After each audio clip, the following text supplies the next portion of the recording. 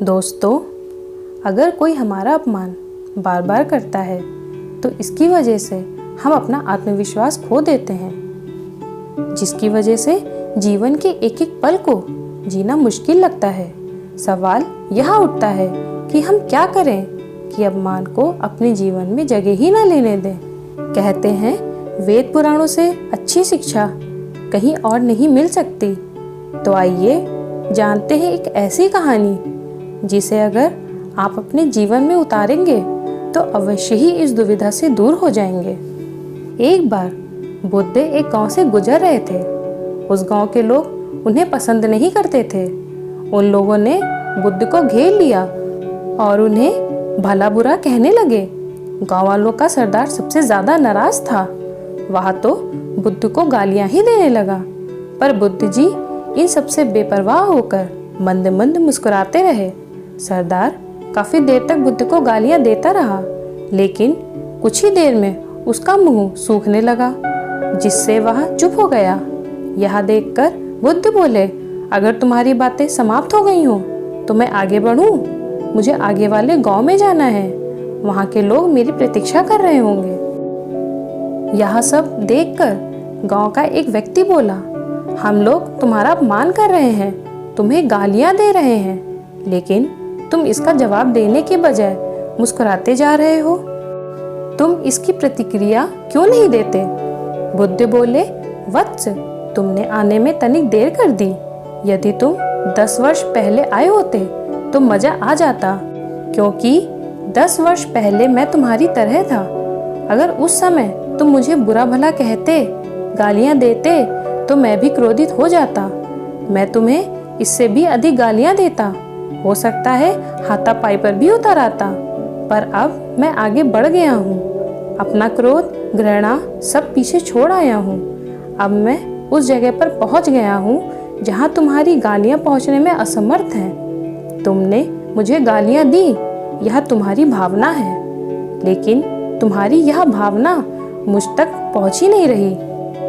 मैं इससे आवेशित तभी होऊंगा जब मैं इसमें भागीदार हो जाऊंगा, जब मैं इन्हें स्वीकार कर लूंगा। लेकिन मैं तो तुम्हारी इस क्रिया से निरपेक्ष हूँ, इससे बहुत दूर हूँ, इसलिए मैं अब भी पहले की तरह शांत हूँ। यह सुनकर सरदार बोला, अरे ऐसे कैसे? मैंने तो तुम्हें गालियाँ दी हैं और वो पूरे गांव वालों के सामने दी हैं, फिर उसे लेने या ना लेने का क्या मतलब है? बुद्ध बोले, वत्स, कल मैं एक गांव में गया था। वहाँ के लोगों ने मेरा प्रवचन सुना। वे लोग बहुत प्रसन्न हुए। गांव का मुखिया मेरे लिए मिठाई लेकर आया और उसे खाने का आग्रह करने लगा। मैंने कहा कि मेरा पेट भरा हुआ है, इसलिए मैं इसे ग्रहण नहीं कर सकता। यह सुनकर वह व्यक्ति मिठाई वापस लेकर चला गया, क्योंकि जब तक मैं कोई चीज़ लूँगा ही नहीं तो कोई मुझे कैसे दे पाएगा? इसमें तो मेरी सहमति आवश्यक है ना? हाँ, ये तो है। एक व्यक्ति ने बुद्ध का समर्थन किया। बुद्ध ने पुनः पूछा, जब मैंने इस मिठाई को लेने से मना कर दिया तो उन लोगों ने उस मिठाई का क्या किया होगा? उन्होंने मिठाई अपने घर वालों में बांट दी होगी। एक व्यक्ति ने जवाब दिया। बुद्ध ने कहा, ठीक कहा तुमने। उस मिठाई की ही तरह तुम मेरे लिए गालियाँ लेकर आए हो और चाहते हो कि मैं इन्हें ग्रहण कर लूं, पर भाई मैं इन्हें लेता ही नहीं। क्या करोगे? उस व्यक्ति के पास इसका कोई जवाब नहीं था। बुद्ध पुनः बोले, मुझे तुम पर दया आती है वत्स।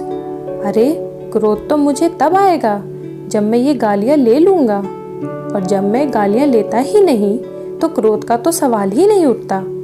बुद्ध की बातों पर सरदार ने कोई प्रतिक्रिया नहीं दी। शायद वह कुछ सोच रहा था।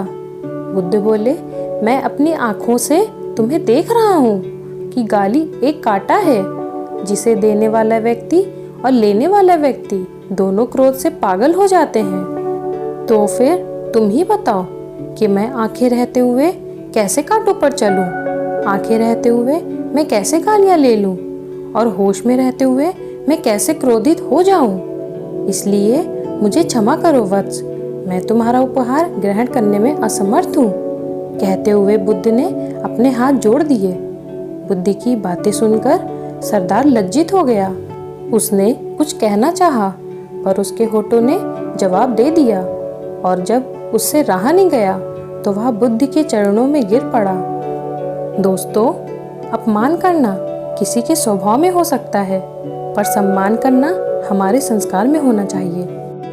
हम में से ज़्यादातर लोग यही समझते हैं कि हमारे दुखों का कारण कोई दूसरा व्यक्ति है, और जब हम ऐसा मानते हैं तो हम अपने स्व नियंत्रण की कमी और आँच को अनदेखा कर रहे होते हैं। वास्तव में ये हम पर निर्भर करता है कि हम दूसरों के द्वारा प्रदान की गई अपशब्द को स्वीकार करते हैं या नहीं।